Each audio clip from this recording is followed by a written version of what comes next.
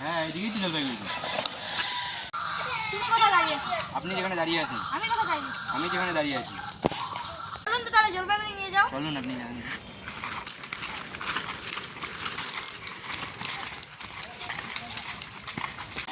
আর কত দূর দাদা? ওই তো সামনে। তাড়াতাড়ি করো, আমার বাড়ি যেতে হবে না। হ্যাঁ আপনি তো বাড়ি যাবেন।